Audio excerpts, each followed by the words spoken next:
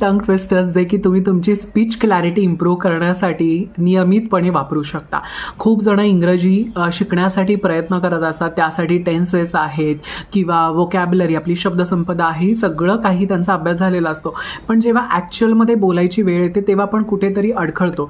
तेव्हा आपली speech clarity छान होण्यासाठी आपण हे टंग ट्विस्टर्स नक्की वापरू शकतो. मला सगळ्यात आवडणारा पहिला टंग ट्विस्टर आहे आणि खूप सोपा आहे. फक्त बोलताना आपण खूपदा असे अडखळतो, पण मजा येते. आपल्याला कळतं की we need to practice more. Red bulb blue bulb. Okay, so आपल्याला हे फास्ट म्हणायचं आहे. Red bulb blue bulb, red bulb blue bulb, red bulb blue bulb, red bulb blue bulb. So kind of आपण असं सतत बोलून आपली clarity छान होते. अजून एक टंग ट्विस्टर आहे ते म्हणजे red lorry yellow lorry, red lorry yellow lorry, red lorry yellow lorry, red lorry yellow lorry. So हे सुद्धा खूप फास्ट. आता मी खूपच स्लो म्हणतोय, पण स्टील हे सुद्धा आपल्याला जेवढं फास्ट म्हणता येईल तेवढी आपली टंग आहे त्याला छान व्यायाम मिळतो. आणि अजून एक आहे ते थोडंसं मोठं आहे, पण त्याचासुद्धा खूप छान सराव. आणि मे बी तुम्ही हे कुठेतरी ऐकलंसुद्धा असेल. लहानपणापासून आपल्याला हे वाक्य शिकवलं जातं, मे बी टंग ट्विस्टर म्हणून किंवा कुठेतरी आपण वाचलेलं असतं.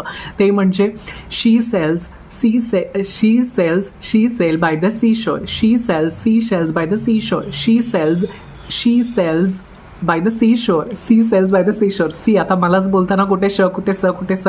सो असं होतं आहे.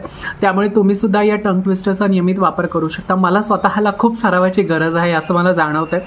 त्यामुळे तुम्ही सुद्धा याचा नियमित सराव करून आपली स्पीच क्लॅरिटी नक्कीच इम्प्रूव्ह करू शकता.